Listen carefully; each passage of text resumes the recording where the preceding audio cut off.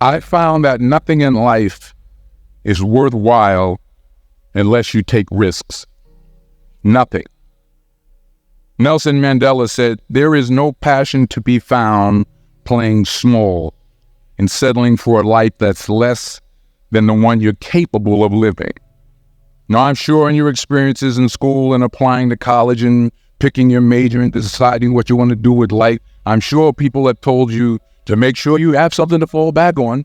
Make sure you got something to fall back on, honey. But I never understood that concept, having something to fall back on.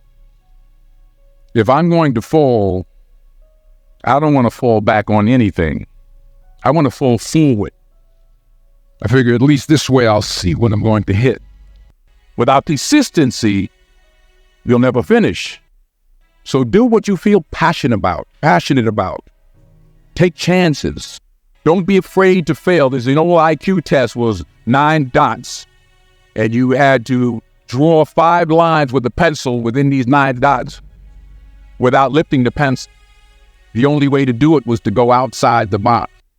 Don't be afraid to think outside the box. Don't be afraid to fail big, to dream big. But remember, dreams without goals are just dreams. Reggie Jackson struck out 2,600 times in his career, the most in the history of baseball. But you don't hear about the strikeouts. People remember the home runs. Fall forward. Thomas Edison conducted 1,000 failed experiments. Did you know that? I didn't know that. Because the 1,001st was the light bulb. Fall forward. Every failed experiment is one step closer to success. You've got to take risks, and I'm sure you've probably heard that before, but I want to talk to you about why that's so important. You will fail at some point in your life. Accept it. You will lose. You will embarrass yourself. You will suck at something. There's no doubt about it.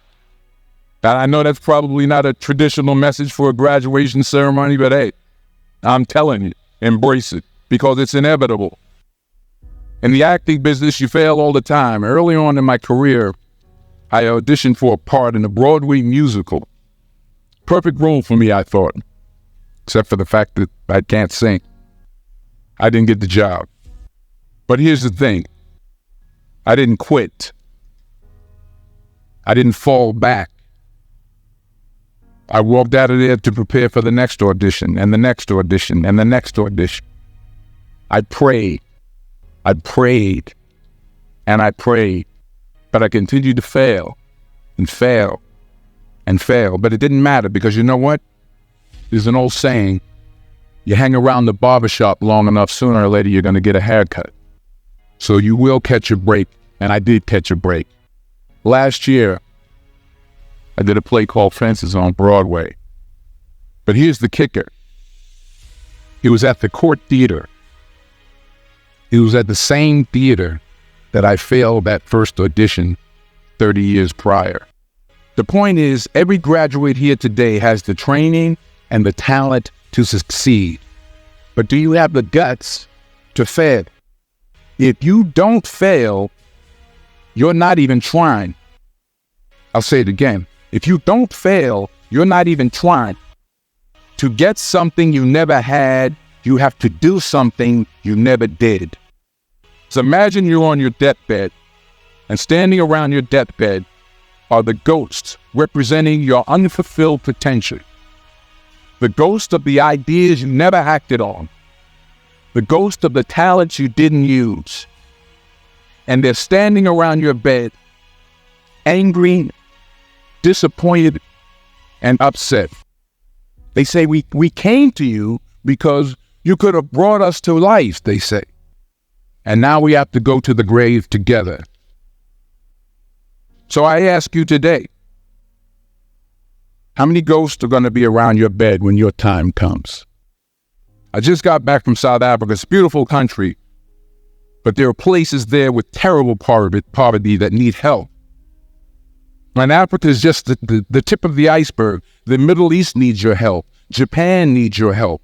Alabama needs your help. Tennessee needs your help. Louisiana needs your help. Philadelphia needs your help. The world needs a lot, and we need it from you. We really do. We need it from you young people. I mean, I'm not speaking for the rest of us up here, but I know I'm getting a little grayer.